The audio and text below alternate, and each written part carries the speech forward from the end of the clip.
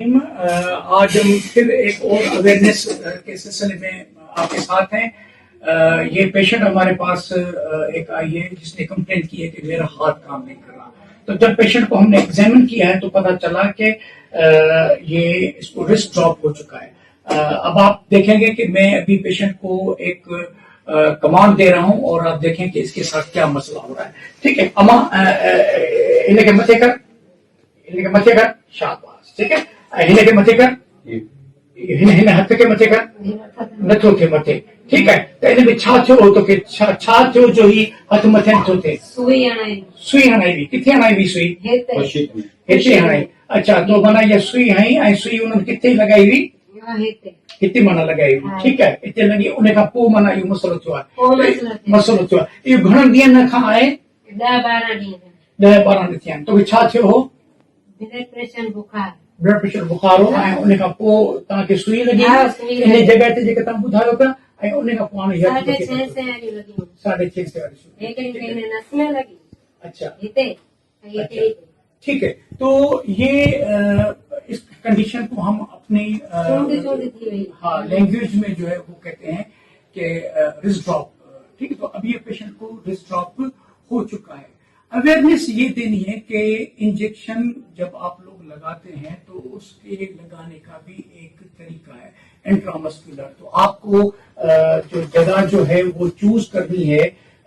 जैसे ये joint line है उससे 3 सेंटीमीटर आपको जिसको ये रेजिमेंटल वेज एरिया आप कहते हैं और उसके आप डेल्टोइड मसल को यहाँ से लेना है।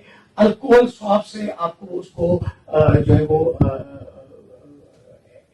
एंटीसेप्टिक जो है वो वे में आपको जाना है और कभी भी कमीज के ऊपर नहीं जाना और बिल्कुल 90 डिग्री में आपको इंजेक्शन लगानी है। ये तरीका होना चाहिए। मगर जब आप वो तरीका इस्तेमाल नहीं करेंगे जिस तरह इस पेशेंट में हुआ है तो इन्होंने यहाँ पे जो स्पाइरल ग्रूव या रेडियल ग्रूव यहाँ से जो रेडियल नर्व जो गुजरती है जिसकी जो रेडियल नर्व जो रेस्पॉन्सिबल होती है इसको रिस्ट को ऊपर करने में वो क्योंकि वो इन्वॉल्व हो चुकी है तो उसकी वजह से इसको ये प्रॉब्लम हुआ है जिसमें इस मैं पेशेंट को कह रहा हूँ कि अब इसको ऊपर करो इसको ये नहीं हो रहा। ठीक है और इस उंगलियों को ऊपर करो ये उंगलियां भी नहीं तो यानी कि अभी ये पोस्ट इंट्रास्टस नर्व इन्वॉल्व है और रेडियल नर्व बजाते खुद इन्वॉल्व है।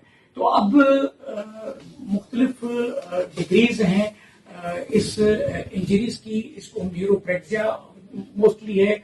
उम्मीद यह है कि ये 3 महीने के अंदर बेहतरीन हो जाएगी रिकवर हो जाएगी। मीनवाइल तब तक मरीज को हम जो है वो एक्सरसाइजेस हम बताते रहेंगे कि इसकी किस तरह एक्सरसाइज करनी है फिंगर्स की एक्सरसाइज किस तरह करनी है। एक स्प्लिंट आता है जिसको हम काकअप स्प्लिंट कहते हैं जिसको पेशेंट को किसी तरह फंक्शनल पोजीशन में रखना है वो हम करते रहेंगे। आगे चल के 3-4 हफ्ते में इसकी हम EMG नर्व कंडक्शन टेस्ट करा सकते हैं जिससे हमें पता चले कि डिग्री जो है वो कितनी मुतासर हो चुकी है और फिर इसका प्रोग्नोसिस जो है वो हम चेक करेंगे।